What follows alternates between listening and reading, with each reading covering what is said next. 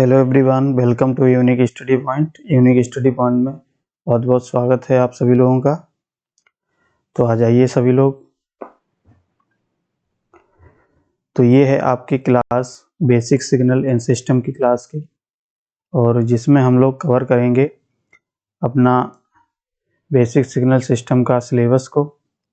और जैसा कि आप सभी लोग जानते हैं कि हम लोगों का AQT का एग्ज़ाम जो है अब स्टार्ट होने वाला है।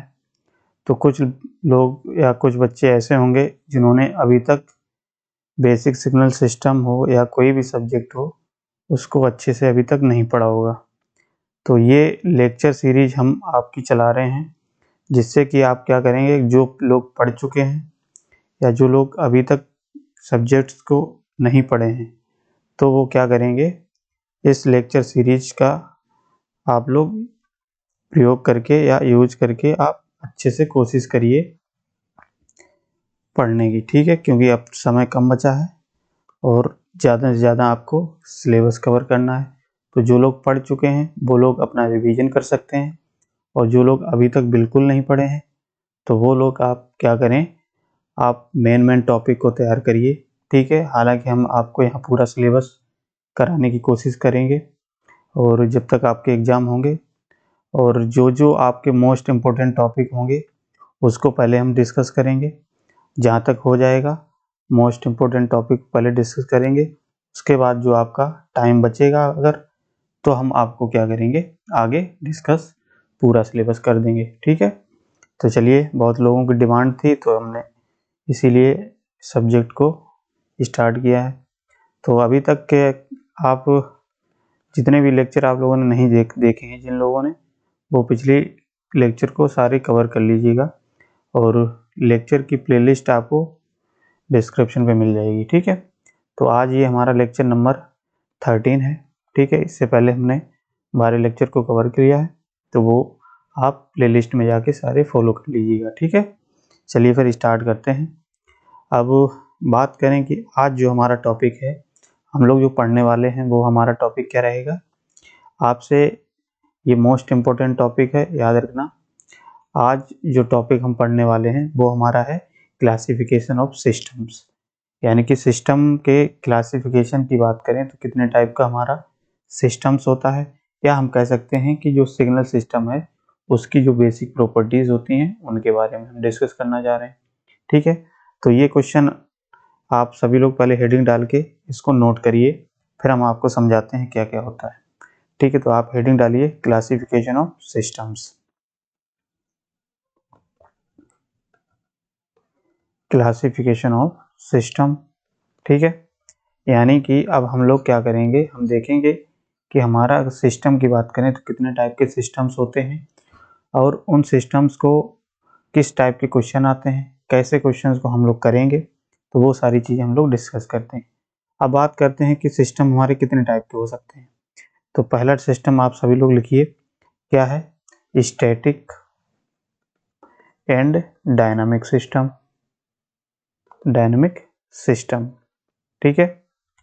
और दूसरा है, आप लिख लीजिए सभी, एक साथ लिख लीजिए, नोट कर लीजिए, उसके बाद हम एक एक को समझाते हैं आपको। तो फिर क्या है, causal and non causal system, ठीक है, नॉन कॉजल सिस्टम। तो थर्ड हमारा क्या है, सभी लोग नोट करते चलिए, ठीक है, क्योंकि आप जब भी एग्जाम देने जाएंगे तो इनको पढ़ के जाइएगा, क्योंकि इम्पोर्टेंट है, आप क्लासिफिकेशन पूछ सकता है। तो बात करें, कॉजल नॉन कॉजल हो गया। थर्ड है हमारा time variant, time variant and time invariant, time invariant system, time variant and time invariant system. और फोर्थ क्या है, तो फोर्थ आप नोट करिए, फोर्थ है हमारा stable and unstable system, stable and unstable system, ठीक है। और फिफ्थ है फिफ्थ है हमारा इन्वर्टिबल एंड नॉन इन्वर्टिबल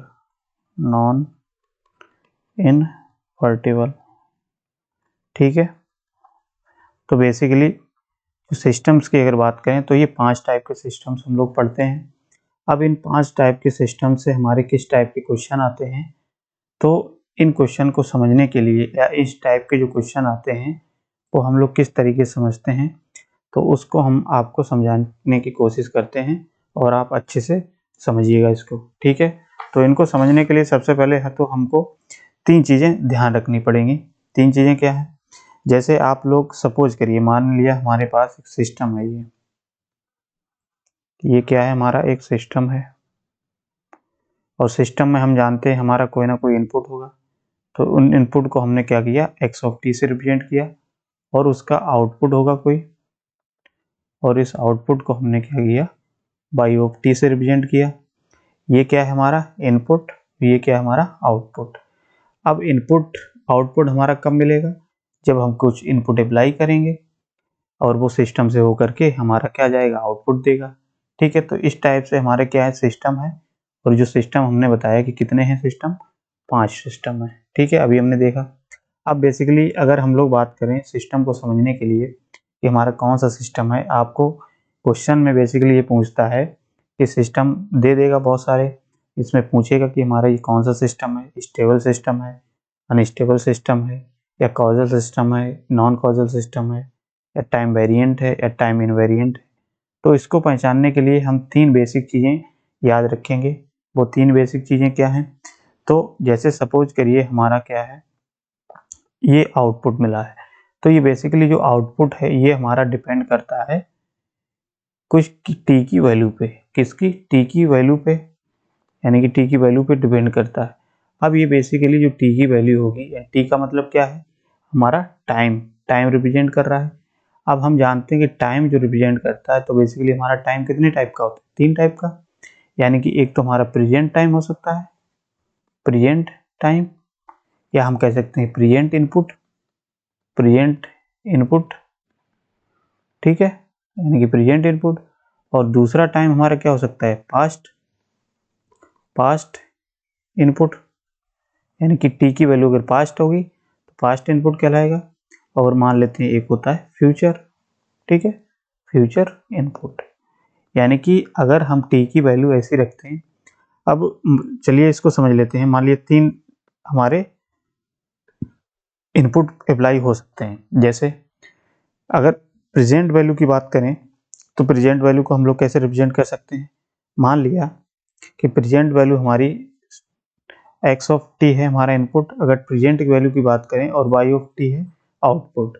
अगर टी की वैल्यू हम मान लिया 1 रखते हैं, तो यहाँ पे x1 equal to Y of 1, यानी कि हमारा जो इनपुट है, यानी कि जो आउटपुट है वो हमारा किस पे डिपेंड कर रहा है, इनपुट पे।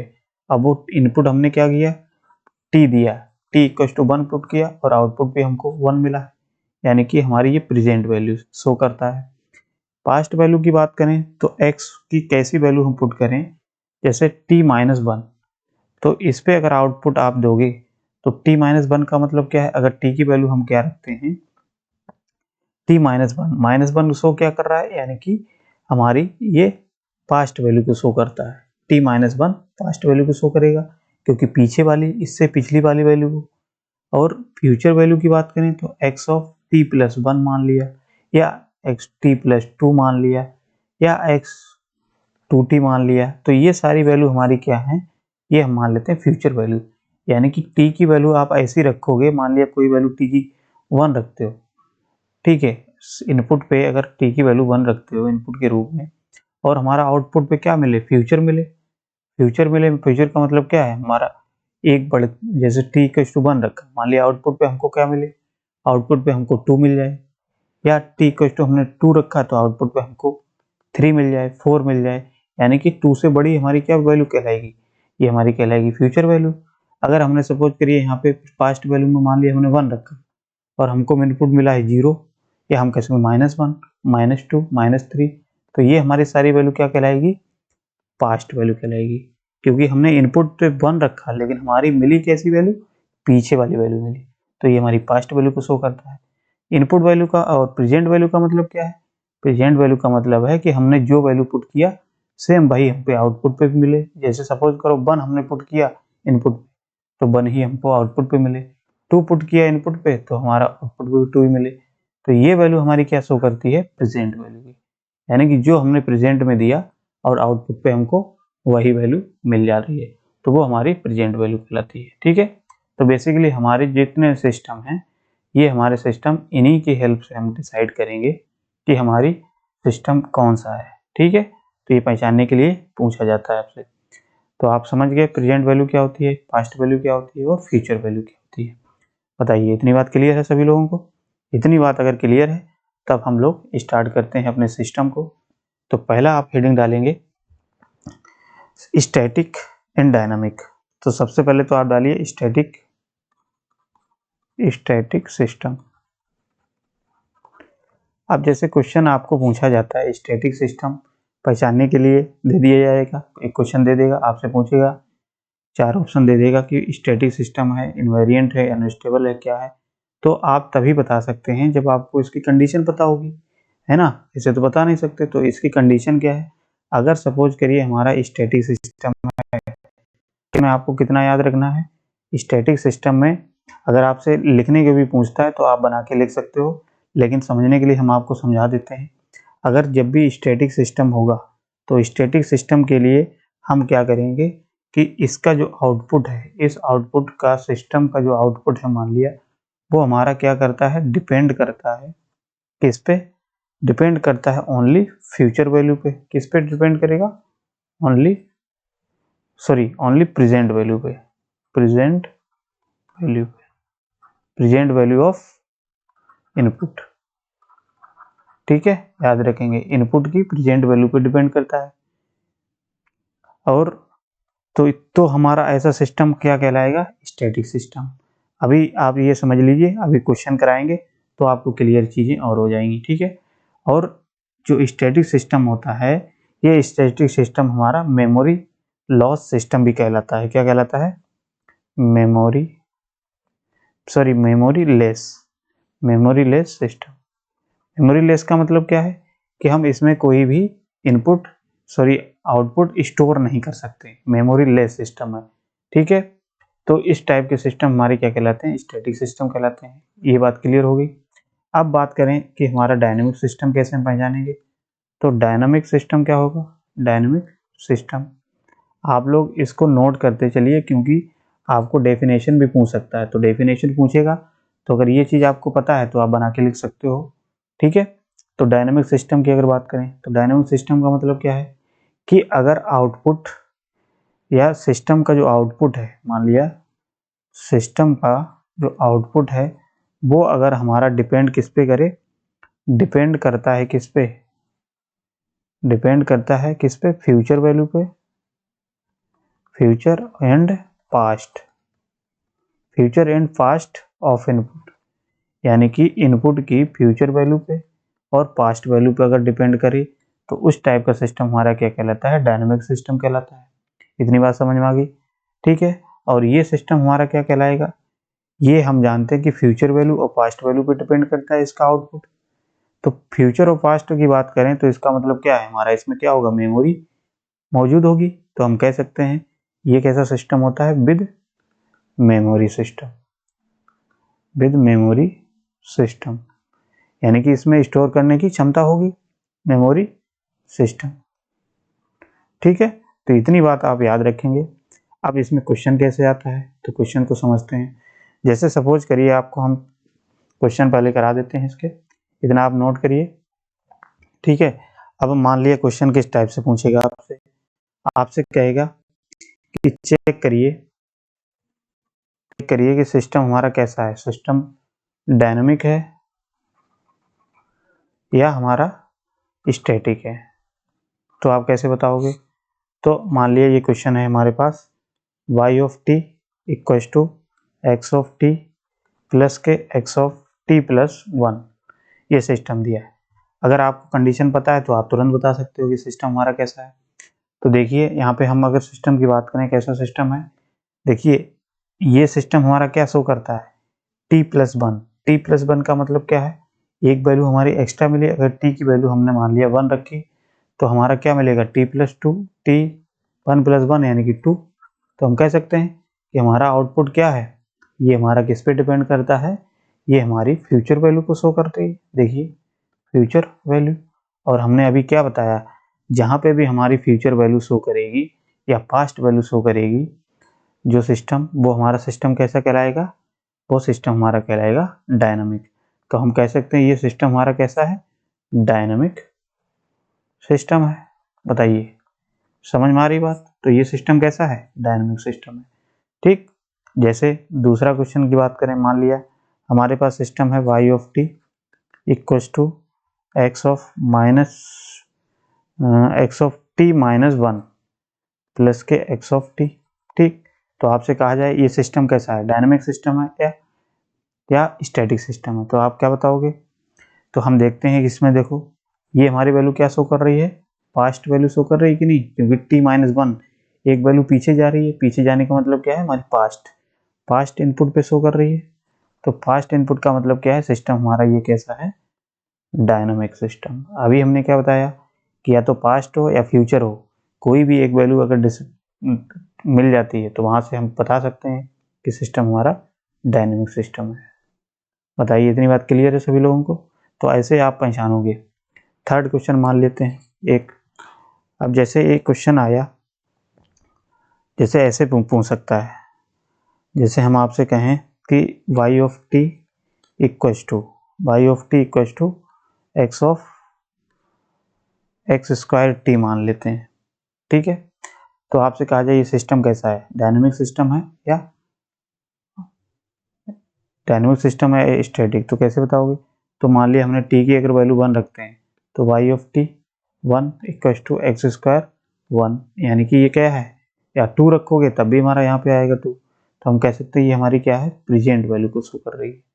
क्या है, प्रेजेंट इनपुट पे डिपेंड कर रही है वैल्यू। बताइए कितनी बात समझ में आई। तो प्रेजेंट वैल्यू पे डिपेंड करने का मतलब क्या है कि सिस्टम हमारा स्टैटिक सिस्टम है। बताओ क्लियर है। ऐसे ही फोर्थ क्वेश्चन मान लेते हैं, जैसे सपोज करिए आपसे कहा जाए कि सिस्टम दिया गया हमारा y of t equals to कुछ भी ले लो, मान लिया x ऑफ 2t दिया गया है। तो ये सिस्टम बताइए कैसा है। तो अगर t की वैल्यू हम कोई भी पुट करते हैं तो यहाँ पे हमारा मान लिया 1 पुट किए तो x2t आ गया, सॉरी 2x2 आ गया, और यहाँ पे y1 यानी कि y1 equals to x of 2, यही आएगा। तो ये हमारी शो क्या कर रही है, फ्यूचर वैल्यू को, और फ्यूचर वैल्यू जहाँ पे आएगी वहाँ पे क्या होगा, डायनामिक सिस्टम होगा। बताइए क्लियर है कि नहीं। ऐसे ही अगर मान लिया एक और सिस्टम ले लेते हैं, मान लिया 6 क्वेश्चन, जैसे x y ऑफ t है सिस्टम, और हमारा क्वेश्चन आता है जैसे x ऑफ t। ठीक है, x ऑफ t, तो ये सिस्टम कैसा है, तो ये सिस्टम हमारा स्टैटिक है, क्योंकि ये प्रेजेंट वैल्यू पे डिपेंड कर रहा है। ठीक, तो इस टाइप के क्वेश्चन आप बता सकते हो। सभी लोगों को क्लियर है। अगर क्लियर है तो आप चैट करिए, बताइए, मैसेज करिए। ठीक है, तो चलिए इस तरीके से हम क्या करते हैं, डायनेमिक सिस्टम और स्टैटिक सिस्टम को सॉल्व कर सकते हैं या क्वेश्चन को देख करके समझ सकते हैं। ठीक है, बताइए इतनी बात क्लियर है। अब एक नोट लिख लीजिए, हम आपको नोट लिखा देते हैं। जैसे सपोज करिए अगर आपको क्वेश्चन में इस टाइप से दिखे, क्या कोई भी आपको सिस्टम में टाइम शिफ्टिंग मिले, क्या है, टाइम शिफ्टिंग हो, ठीक है, या हम कहें कोई भी टाइम स्केलिंग हो, ठीक है।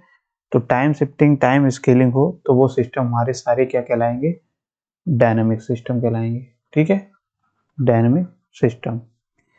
तो टाइम शिफ्टिंग का मतलब क्या है, ये हम अभी क्या कर रहे थे, यहाँ पे देखिए ये हमारा टाइम शिफ्टिंग है, तो ये सारे डायनामिक सिस्टम है कि नहीं। बताइए, ये वाला स्केलिंग, ये देखो हमारा स्केलिंग दिखा रहा है। तो ये सारे सिस्टम हमारे क्या कहते हैं, कहलाते हैं।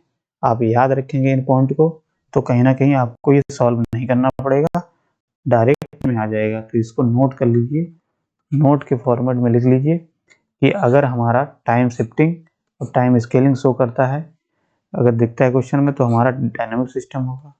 ठीक है, एक और कंडीशन डायनामिक की देख लीजिए, क्या है, जैसे कोई भी इंटीग्रेशन वाला पार्ट हो, इंटीग्रेशन हो, या हम कह सकते हैं डिफरेंशिएशन हो, डिफरेंशिएशन हो, तो वो भी हमारा क्या कहलाएगा, डायनामिक सिस्टम कहलाएगा। बताइए, क्योंकि इंटीग्रेशन हमारा क्या शो करता है, हम जानते हैं इंटीग्रेशन हमारी फ्यूचर वैल्यू को शो करेगा, करता है कि नहीं, फ्यूचर वैल्यू को, यानी कि बड़ी वैल्यू दिखाता है। जबकि डिफरेंशिएशन हमारी क्या करती है, डिफरेंशिएशन हमारा क्या कहलाता है, पास्ट वैल्यू को शो करता है, पास्ट वैल्यू को। तो हम कह सकते हैं कि हमारा सिस्टम ये भी डायनामिक सिस्टम होगा। बताइए, तो इस तरीके से आप क्वेश्चन को डायरेक्ट देख के भी सॉल्व कर सकते हैं, ये प्रॉपर्टी याद रखिए। ठीक, तो ये डायनामिक सिस्टम और ये हम कह सकते हैं स्टैटिक सिस्टम पहचान सकते हैं। अब नेक्स्ट बात करें कि अगर हमारा सिस्टम, सेकंड सिस्टम हमारा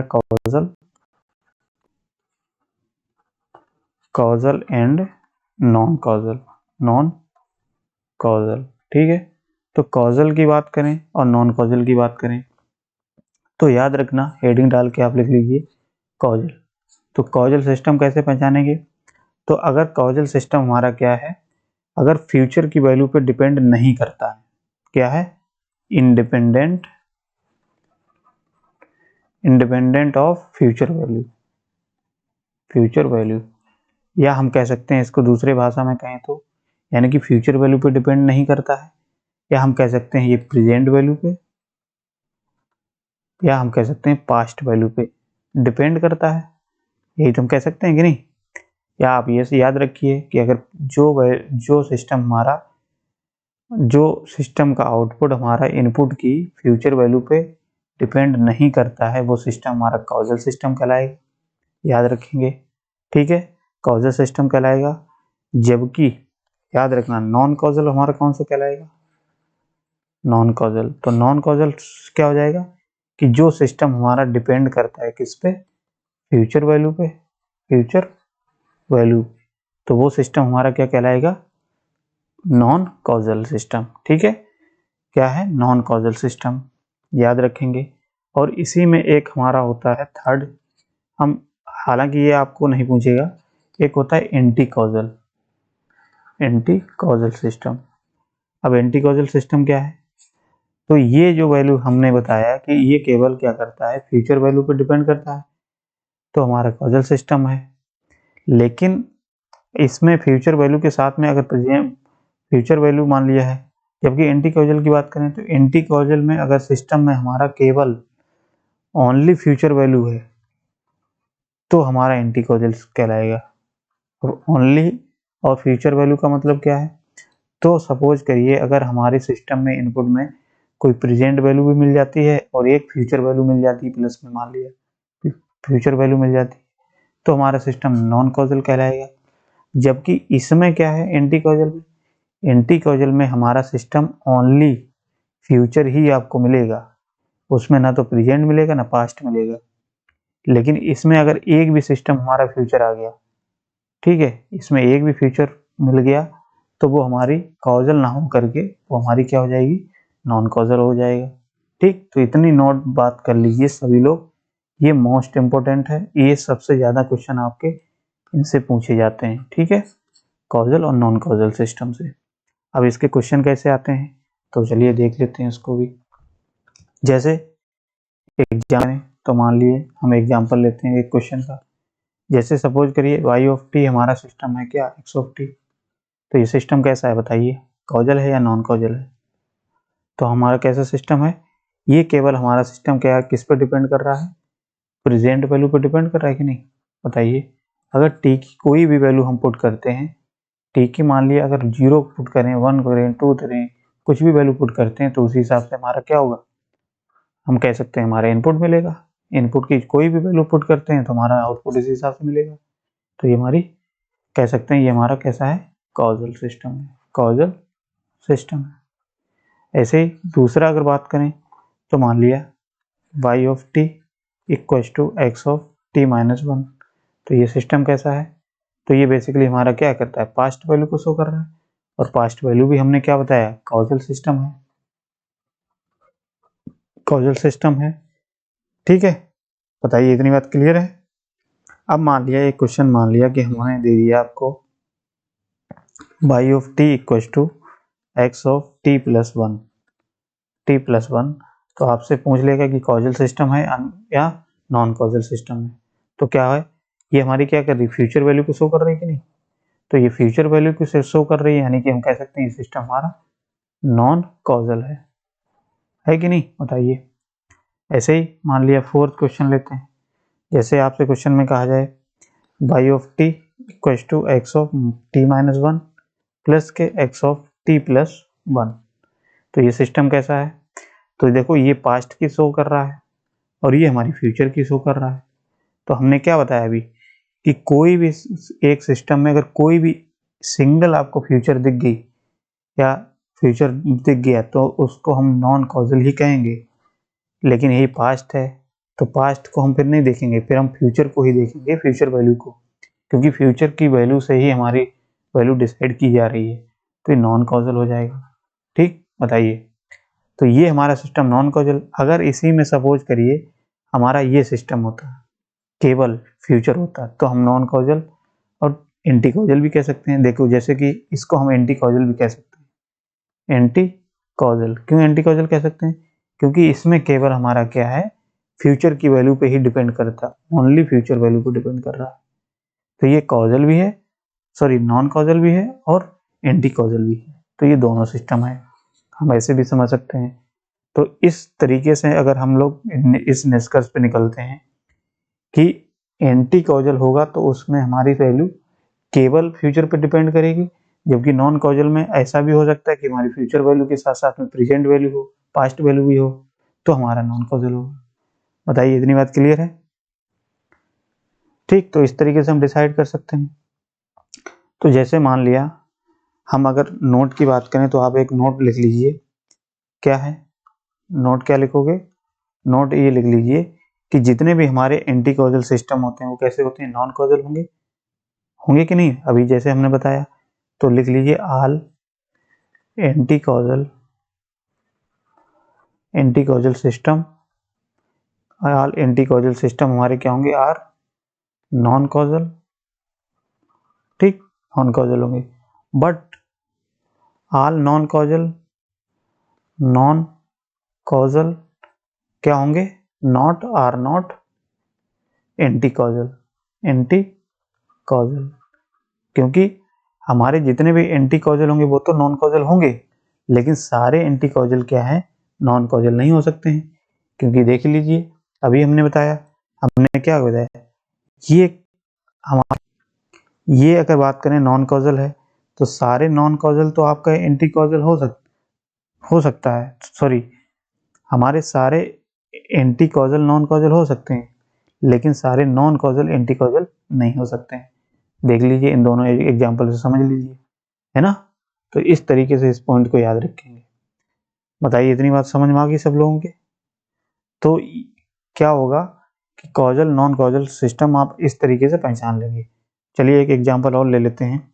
जैसे सपोज करिए हमारे पास सिस्टम दिया गया एक्स ऑफ टी साइन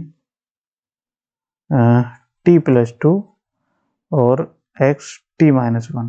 ठीक है, तो आप इसमें देखो क्या है, तो हम सिस्टम इनपुट की वैल्यू पे देखेंगे, ना कि ये हमारा क्या है, एक तरीके से कोएफिशिएंट है। क्या ये शो कर रहा है, कोएफिशिएंट।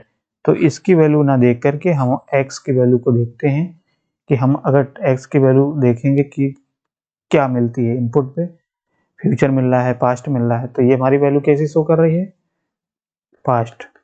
तो ये पास्ट शो कर रही है, तो पास्ट का मतलब हमारा सिस्टम कैसा है, कॉजल है। ठीक, ऐसे ही आपको डिसाइड करना है। तो इस तरीके से आप सोचिए, क्वेश्चन की प्रैक्टिस करिए तो आप क्वेश्चन कर लेंगे। बताइए इतनी बात समझ में आ गई सब लोगों की? तो इस तरीके से आप क्या करोगे, causal system non causal system को पहचान लोगे। बताइए इतनी बात क्लियर है?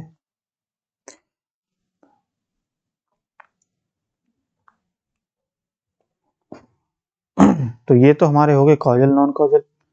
दो सिस्टम हमने देख लिए। अब नेक्स्ट हमारा बचता है एक और मोस्ट इम्पोर्टेंट है लीनियर और नॉन लीनियर सिस्टम। क्या है? लीनियर और नॉन लीनियर सिस्टम। लिख लीजिए। थर्ड हम पढ़ेंगे लीनियर और नॉन लीनियर सिस्टम। तो नॉन लीनियर और लीनियर सिस्टम के भी बहुत सारे क्वेश्चन पूछ सकता है। अब बात करें लीनियर सिस्टम क्या होता है, नॉन लीनियर सिस्टम क्या होता है।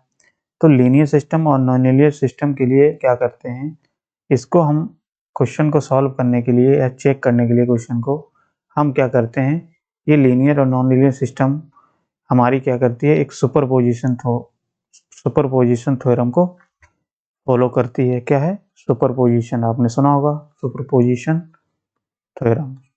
और सुपरपोजिशन थ्योरम के अंतर्गत हमारे दो प्रॉपर्टी आती हैं। फर्स्ट प्रॉपर्टी क्या है? फर्स्ट प्रॉपर्टी क्या होती है, एक होती है हमारी होमोजेनिटी प्रॉपर्टी। ठीक है, तो आप शॉर्ट में लिख लीजिए, क्योंकि आप नोट्स डिटेल में तो हम नहीं लिख सकते हैं, बस समझते जाइए। आप बना के भी लिख सकते हैं, समझना जरूरी है, क्योंकि क्वेश्चन आप बिना समझे नहीं कर सकते हैं। थ्योरी तो आगे की नहीं आएंगे आपके न्यूमेरिकल ही, तो आपको समझना ज़्यादा जरूरी है। तो होमोजेनिटी एक प्रॉपर्टी होती है, एक होती है एडिटिविटी प्रॉपर्टी। ठीक है, तो बेसिकली ये दो प्रॉपर्टी हमारी अगर फॉलो हो रही हैं सिस्टम के अंदर, तो वो प्रॉपर्टी हमारे सुपरपोजिशन थ्योरम को फॉलो करेंगी, और सुपरपोजिशन थ्योरम को फॉलो करेंगी तो वो सिस्टम हमारा कैसा कहलाएगा, लीनियर सिस्टम कहलाएगा, लीनियर। अगर ये दोनों प्रॉपर्टी फॉलो नहीं करती हैं, ठीक है, अगर फॉलो नहीं करती हैं तो उस केस में हमारा कैसा होगा, नॉन लीनियर सिस्टम होगा। ठीक है, याद रखेंगे, फॉलो करेंगे ये दोनों प्रॉपर्टी तो हमारा लीनियर सिस्टम, अगर नॉट फॉलो कर रही हैं तो उस केस में हमारा नॉन लीनियर सिस्टम होगा। अब बेसिकली होमोजेनिटी क्या होता है, एडिटिविटी प्रॉपर्टी क्या होता है, इसको देख लेते हैं। तो जैसे होमोजेनिटी की अगर बात करें, आपसे समझ लीजिए एक बार, आप लोग हेडिंग डाल के चाहे लिख सकते हैं, होमोजेनिटी प्रॉपर्टी। तो होमोजेनिटी प्रॉपर्टी हमको क्या बताती है, होमोजेनिटी प्रॉपर्टी हमको ये बताती है कि कोई इनपुट हमने सपोज करिए सिग्नल बनाया x ऑफ टी, और उसका आउटपुट हमको क्या मिला, y1t मिला। ठीक, और इसमें अगर हमने क्या किया, किसी कांस्टेंट से, कांस्टेंट हम कहें या कोई स्केलिंग वैल्यू कहें, ठीक है, कांस्टेंट से अगर हम क्या करते हैं, मल्टीप्लाई करते हैं, इनपुट में मल्टीप्लाई करते हैं, करते हैं किसमें, इनपुट में, तो वो हमारा आउटपुट में भी मल्टीप्लाई होगा सेम कांस्टेंट से। आउटपुट में क्या होगा, सेम कांस्टेंट से या के से हमारा मल्टीप्लाई होगा। ठीक है, तो इस केस में हमारी प्रॉपर्टी कहलाती है होमोजेनिटी। मान लिया हमने इनपुट में के से रिप्रेजेंट किया, के से मल्टीप्लाई किया, इनपुट में x1 kt हो गया, तो आउटपुट पे हमारा क्या होगा, k y1t। ठीक है, तो इस तरीके से ये प्रॉपर्टी हमारी कहलाती है होमोजेनिटी प्रॉपर्टी। बताइए, इतनी बात समझ में आ गई। एक होती है एडिटिविटी प्रॉपर्टी। क्या है एडिटिविटी प्रॉपर्टी, ये हमारी क्या दिखाती है, जैसे एडिटिविटी प्रॉपर्टी ये बताती है कि कोई एक सिस्टम है, मान लिया सिग्नल है x ऑफ टी और वो आउटपुट दे रहा है y1t। दूसरा हम मान लेते हैं इनपुट है x2t और वो उसका आउटपुट दे रहा है y2t। ठीक है, तो अगर हम इसमें क्या करते हैं, दोनों सिस्टम को कंबाइंड करते हैं, क्या करते हैं, कॉम्बिनेशन करते हैं, या हम कह सकते हैं ऐड करते हैं, ऐसे भी लिख सकते हो, ऐड करते हैं, तो ये दोनों के इनपुट और दोनों के आउटपुट सेम ऐड होंगे। जैसे x1t इसका जो आउटपुट होगा और x2t, और इसके आउटपुट भी क्या आएंगे फिर हमारे y1t प्लस के y2t, यानी कि इस सिस्टम का ये आउटपुट ऐड हो जाएगा, इस सिस्टम का ये आउटपुट ऐड हो जाएगा, सॉरी इस इनपुट का ये और इस इनपुट का है। तो हम कह सकते हैं ये इंडिविजुअली इनके आउटपुट भी ऐड हो जाते हैं। तो ये प्रॉपर्टी हमारी क्या कहलाती है, एडिटिविटी प्रॉपर्टी कहलाती है। बताइए इतनी बात समझ में आ गई। अगर ये दोनों प्रॉपर्टी हमारी फॉलो होंगी तो उस केस में हमारा सिस्टम लीनियर होगा, अदरवाइज हमारा सिस्टम क्या हो जाएगा, अदरवाइज सिस्टम हमारा नॉन लीनियर होगा। इतनी बात आप दिमाग में रखिएगा बस, ठीक है। अब क्वेश्चन किस तरीके से आते हैं, तो आपसे क्वेश्चन दे देगा, आपसे पूछेगा ये लीनियर सिस्टम है या नॉन लीनियर सिस्टम है। जैसे सपोज करिए जैसे आपको सपोज करिए कोई भी सिस्टम मान लेते हैं आपको देता है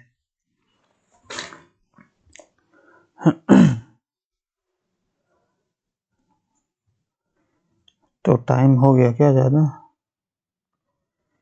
चलिए इसका क्वेश्चन हम आपको करा देते हैं। जैसे मान लिया हमने, हमारे पास सिस्टम है कोई y ऑफ t, ठीक है, एक्स स्क्वायर टी, ठीक। तो ये सिस्टम बताइए अब लीनियर है या नॉन लीनियर है, तो क्या होगा इसका आंसर। तो जैसे हमने अगर बात करें अगर लीनियर है नॉन लीनियर तो इसको चेक करेंगे। तो चेक करने के लिए क्या करेंगे, सबसे पहले तो हम क्या करेंगे, इसको हम देखेंगे कि अगर हम इसमें इनपुट अप्लाई करते हैं, इनपुट में अगर k से मल्टीप्लाई करते हैं तो आउटपुट पे भी हमारा k से मल्टीप्लाई होना चाहिए, ठीक है। तो आउटपुट पे हमारा k से मल्टीप्लाई होना चाहिए, तो लीनियर है नॉन लीनियर है।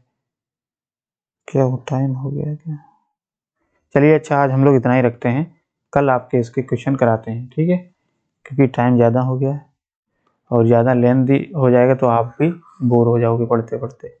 चलिए आज हमने इतना कवर किया और नेक्स्ट क्लास में जितनी भी प्रॉपर्टी हैं या जितने भी आपके सिस्टम बचे हैं वो हम इस पूरे कवर कर लेंगे, ठीक है। क्वेश्चन को प्रैक्टिस भी कर लेंगे इनकी, तो इसके क्वेश्चन हम नेक्स्ट क्लास में कराएंगे। चलिए फिर आज के लिए इतना ही रखते हैं, मिलते हैं नेक्स्ट क्लास में। बहुत बहुत धन्यवाद सभी लोगों का, ठीक है। सभी लोग अपने दोस्तों को शेयर कर दो, ठीक है, और चैनल को सब्सक्राइब कर लीजिए।